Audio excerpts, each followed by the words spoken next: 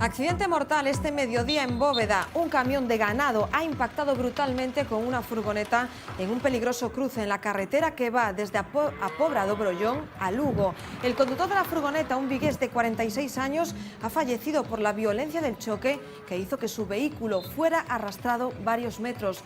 Los bomberos de Monforte tuvieron que excarcelar el cuerpo.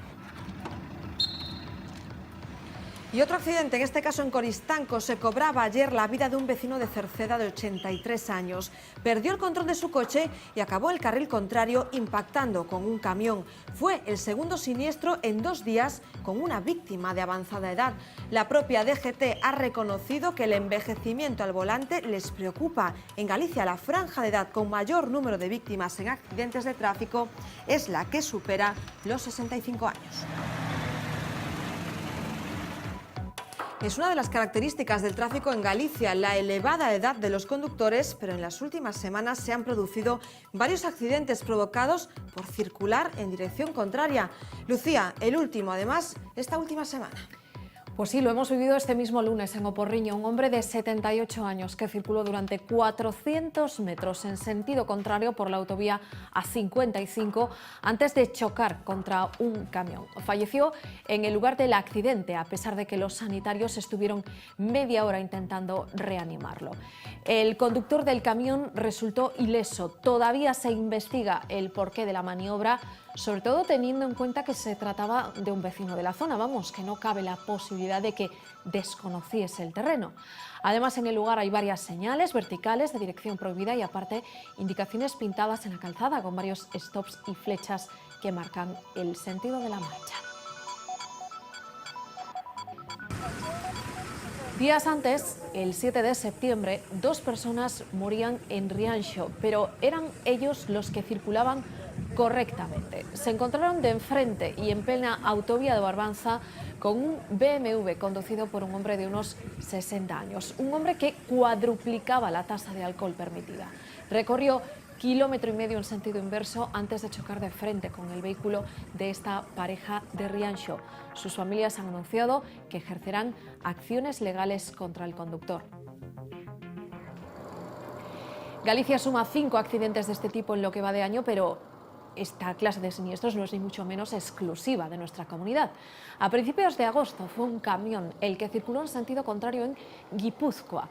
Se empotró con el coche de una mujer de 43 años que falleció al instante. El camionero fue imputado por homicidio. También dio positivo en alcoholemia.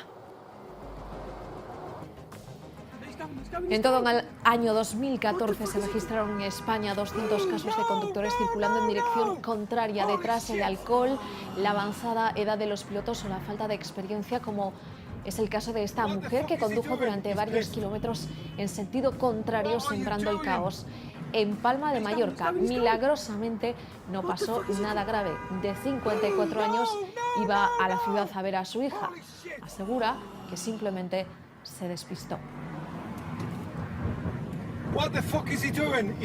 Son las 9:41. Tenemos al otro lado del hilo telefónico a Rosa María Pérez, fiscal adscrita de Seguridad Vial. Rosa María, muy buenas noches. Hola, muy buenas noches. ¿Qué tal? Nos interesa saber qué sucede judicialmente cuando un vehículo circula en dirección contraria y se produce además un accidente. ¿Cuál es el procedimiento judicial?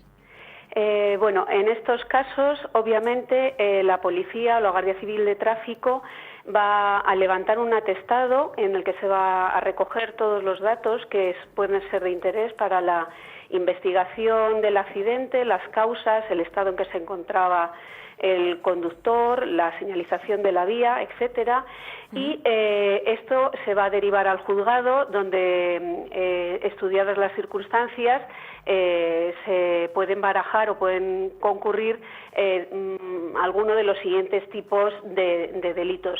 El supuesto más grave sería aquel en el que el conductor es plenamente consciente de su actuación, sabe que se introduce en una vía en sentido contrario y aún así continúa con su conducta a pesar de que es consciente de que puede poner en juego o está poniendo en riesgo la vida o la integridad de otros conductores con los que se está cruzando en la vía. Sería lo que llamamos vulgarmente kamikaze, entiendo, ¿no? Exactamente. Estaríamos en presencia de un delito del artículo 381 del Código Penal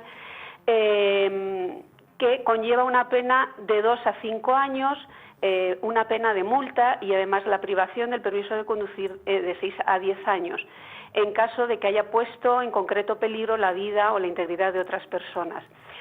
Si a pesar de esta conducta, pongamos por caso que tiene lugar en un momento en que no hay otros conductores en la vía, es de madrugada, etcétera, y no se pone en concreto peligro la vida de otras personas, las penas son ligeramente menos graves, pero en cualquier caso lleva aparejada una pena de prisión de 1 a 2 años, igualmente una pena de multa e igual duración de la privación del derecho a conducir vehículos. Pero ¿qué pasa si este conductor desgraciadamente provoca un accidente que conlleva la pérdida de la vida de otra persona o lesiones de gravedad? En ese caso se le imputaría un delito intencional de homicidio o de lesiones, porque como decíamos, en este supuesto el conductor es consciente de que está poniendo en riesgo la vida de otras personas y aún así sigue con su actitud, es decir, no busca intencionadamente matar a nadie, pero tampoco le importa que esto suceda y siga con su conducta, con lo cual sería responsable de un delito de homicidio que conlleva una pena de 10 a 15 años de prisión. Está igualmente previsto en nuestro Código Penal la posibilidad de acordar el comiso del vehículo en cuanto a instrumento utilizado para la comisión del delito. Rosa María, un supuesto, sí. Digamos un escalón, bajando un escalón en la gravedad de los hechos, nos encontraríamos con el delito del artículo 380 del Código Penal, que prevé la conducta del conductor temerario, del que con temeridad manifiesta pone en concreto peligro la vida o la integridad de otras personas. En este caso, el conductor no es consciente de que está creando un riesgo para la vida de otras personas, no es que no le importe el que se cree esta situación de peligro, pero él conduce de una forma, bien por exceso de velocidad, bien con unos índices de alcohol o drogas superior a los permitidos, infringiendo las normas más elementales del tráfico. En estos casos estaríamos en presencia, como digo, de un delito del artículo 380 que tiene pues una pena aparejada, una pena de prisión hasta 2 años o de privación del permiso de hasta 6 años. Rosa María, sí. Gracias por esta explicación tan detallada, porque vamos a seguir desgranando las consecuencias de accidentes, además, que han sucedido en Galicia. Muy amable por atendernos, muy buenas noches. Muy buenas noches, gracias a ustedes. Pensándolo desde fuera, la verdad es que a uno le puede parecer increíble que se produzcan estos casos. Parece difícil entrar en dirección contraria por una vía de alta capacidad y aún así sucede. Esta noche nos acompaña en plató para resolvernos algunas de nuestras dudas sobre conducción Antonio Solórzano, es el director de la Escuela PTC de Conducción. ¿Es así, Antonio? Buenas noches. Sí, efectivamente. ¿Qué tal? Buenas noches. ¿Cuál es tu impresión como experto en conducción? ¿Es difícil entrar en dirección contraria por una vía, ya no solo de alta capacidad, pero una vía en la que circulan muchos vehículos? Vamos a dejarlo ahí. Pues sinceramente, y a la vista de las cifras que barajamos, en el año 2014 ya hemos visto que estamos cerca de 200 casos en toda España, creo que no es tan difícil. Creo que realmente es sencillo y que habría que analizar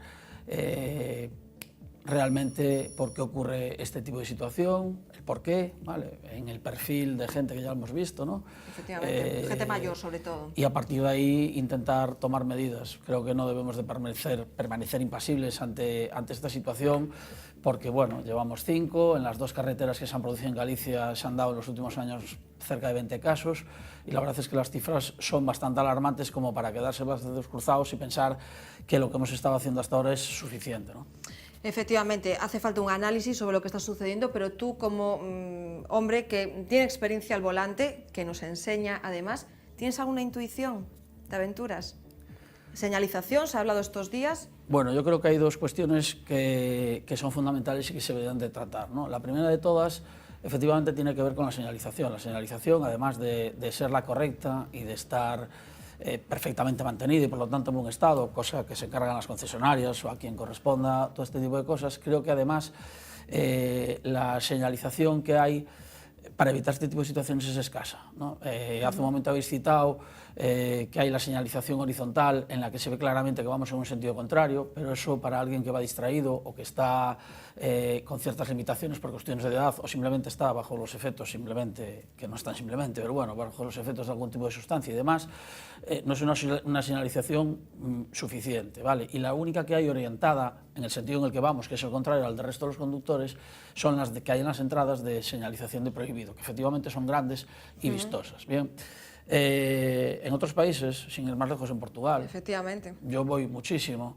y en la mayoría de las entradas que hay, cuando entras, si te fijas, por el espejo retrovisor, cuando tú sales en el sentido normal, verás que hay un montón de señalizaciones, y algunas se pueden ver cuando circulas por el otro lado, ¿vale? Que están sobre un fondo reflectante color verde, en el que te comunican durante varias veces que estás entrando en el sentido contrario a la marcha normal y que además, por lo tanto, puedes provocar una situación de peligro, etcétera, etcétera. Es tan sencillo como eso, ¿vale? Pero creo que va un poco más allá que el simple hecho de que tengamos dos discos gigantes de prohibido, porque es evidente que no son suficientes, ¿no? Claro. Esa es una de las medidas que creo que se podría tomar y que podría ser... Y cerquita que está en el país vecino. Que podría ser eficaz y que además es relativamente económica. Bien. La otra tiene que ver, desde mi punto de vista, con el tema de la renovación del carnet de conducir, de la licencia. Bien, desde hace unos años, sobre todo hablamos del B, que es el que tenemos la mayoría de los conductores y ser profesionales, desde hace unos años el carnet B para los menores de 65 años se renueva cada 10. Sí. Bien, y para los mayores de 65 cada 5 años. Bien, esa renovación del carnet lleva implícito el certificado médico o lo que conocemos como el psicotécnico famoso. Y que crea muchas dudas, además. Vale, independientemente de eso, es que a mí me parece que 5 años para alguien que tiene 65 es mucho tiempo, pero es que para alguien que puede acceder con 80 es muchísimo más. Pero no nos podemos ceñir... Hay casos y casos, efectivamente. Claro, no nos podemos ceñir solamente a ese sector.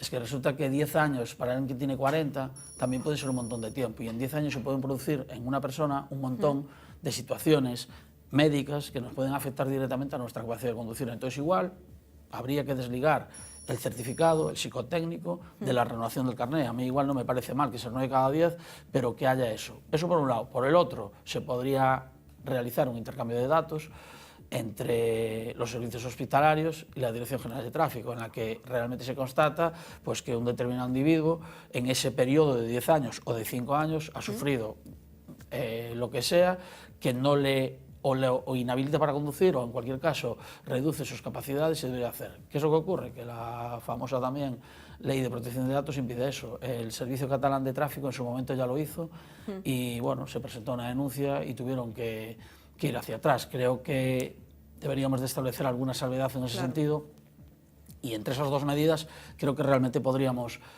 lograr reducir estas cifras que, repito, me parecen escalofriantes.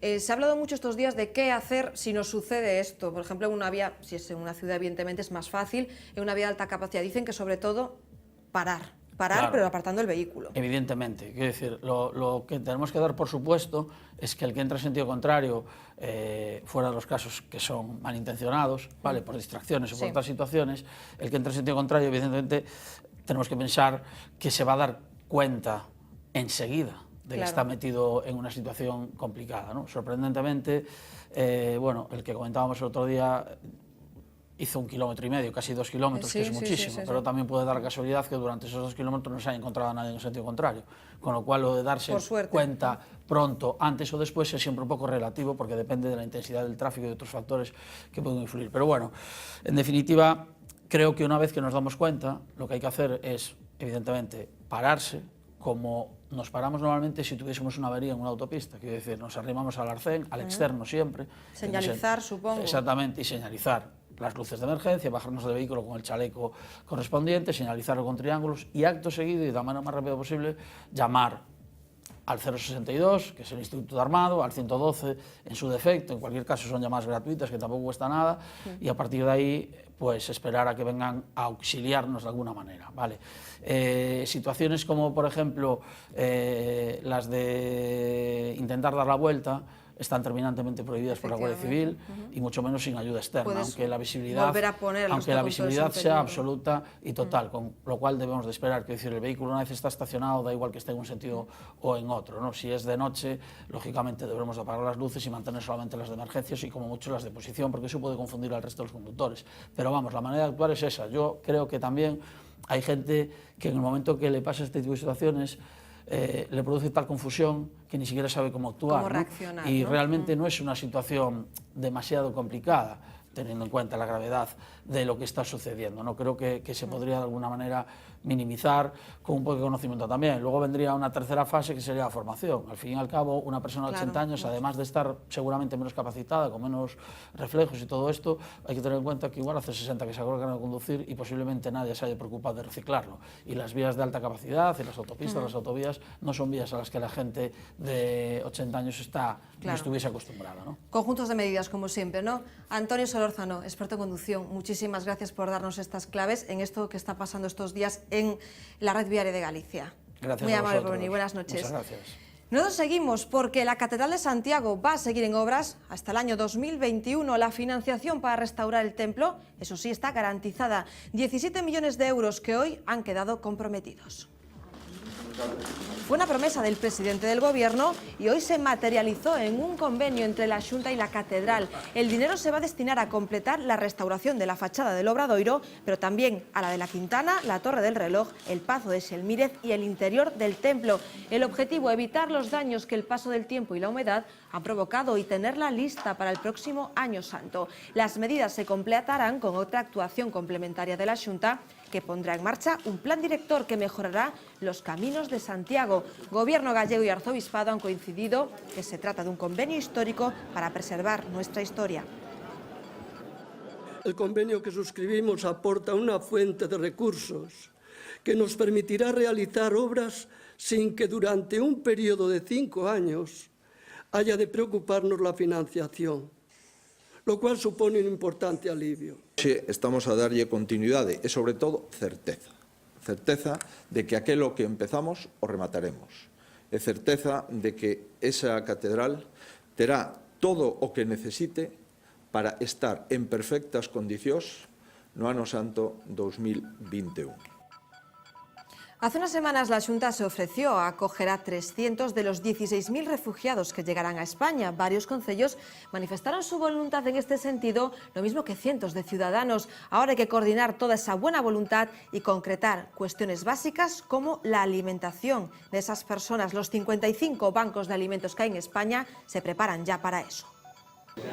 Nicolás Palacios es el presidente de la Federación Española del Banco de Alimentos. Hoy ha estado en Santiago para presidir el comité ejecutivo de la institución. Sobre la mesa, la atención a los refugiados que están por llegar. Señor Palacios, el año pasado atendieron en España a 1.600.000 personas.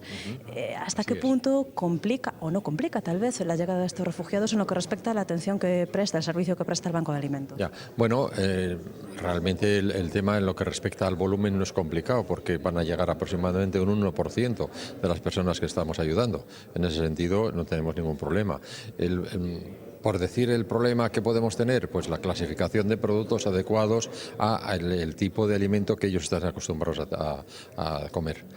Ahí estamos ya trabajando en ello y haremos unas cestas especiales para algunas personas que evidentemente no tienen las necesidades alimentarias que tenemos nosotros. Una de las cuestiones que también están tratando en esta reunión es la coordinación, que va a ser fundamental. ¿Tienen ya establecidas las líneas generales de esa coordinación? ¿Con quién se van a coordinar? Bueno, en principio nosotros lo que esperamos son instrucciones de Bruselas, instrucciones del Gobierno central, instrucciones del Gobierno autonómico. Nos tienen que dar instrucciones de cómo ellos entienden que van a organizar eso. Nosotros lo que estamos todos los días, a lo largo del año, 2.700 voluntarios, es trabajando constantemente para ayudar al necesitado. Uno de los puntales del Banco de Alimentos es la solidaridad de empresas, de ciudadanos.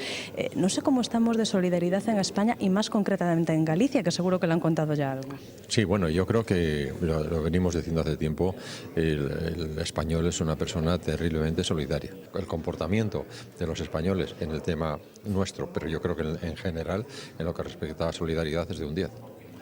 Muy bien, señor Palacios, muchísimas gracias y muchísima suerte en esta labor que se les avecina. Muy bien, muchas gracias. Pues ya lo veis, todo listo para atender a esos refugiados que llegarán a España. En Galicia, el Banco de Alimentos también se prepara para la llegada de los refugiados. Tienen otro tipo de alimentación, hay que tener mucho más cuidado, a ver qué cesta se le puede facilitar, pero bueno, creo que estamos en condiciones de poder hacerlo. Porque aquí saben, y mucho, de superarse. Hubo un incremento en los años pasados, con la crisis ahora está un poco nivelándose. Hubiera bajado quizá, pero es que también hay mucha precariedad en el empleo, pero realmente yo creo que está remitiendo. La llegada de población refugiada a Galicia no se dejará notar especialmente en el día a día de los bancos de alimentos gallegos. Lo mismo que ocurre en España, los recién llegados supondrán un porcentaje mínimo sobre sus usuarios. Pasamos de las 100.000 personas. Gente como Estefanía. Sí, con comida, con de todo, Te ayudan, quien tiene niños ayuda mucho. El Banco de Alimentos no trata directamente con los usuarios, surte de comida a las ONGs que los ayudan, entidades como el Foro Galego de Inmigración y Cáritas. Si no fuera por esa ayuda, dormir por la calle. Aquí le proporcionan comida y ropa, pero también ayuda para encontrar un trabajo y poder ser ella quien ayude. Claro que me gusta, cómo no. Y muy mal cuando no te ayuda nadie. Porque Estefanía recuerda claramente cómo la ayudaron hace 16 años cuando llegó de Rumanía. No era refugiada, pero al igual que quienes vengan, llegó con lo puesto para reconstruir su vida. Nos vamos ya, se quedan con Vía V y anoten la cita para mañana. Volvemos a las 8:30 con más que contar. Hasta mañana.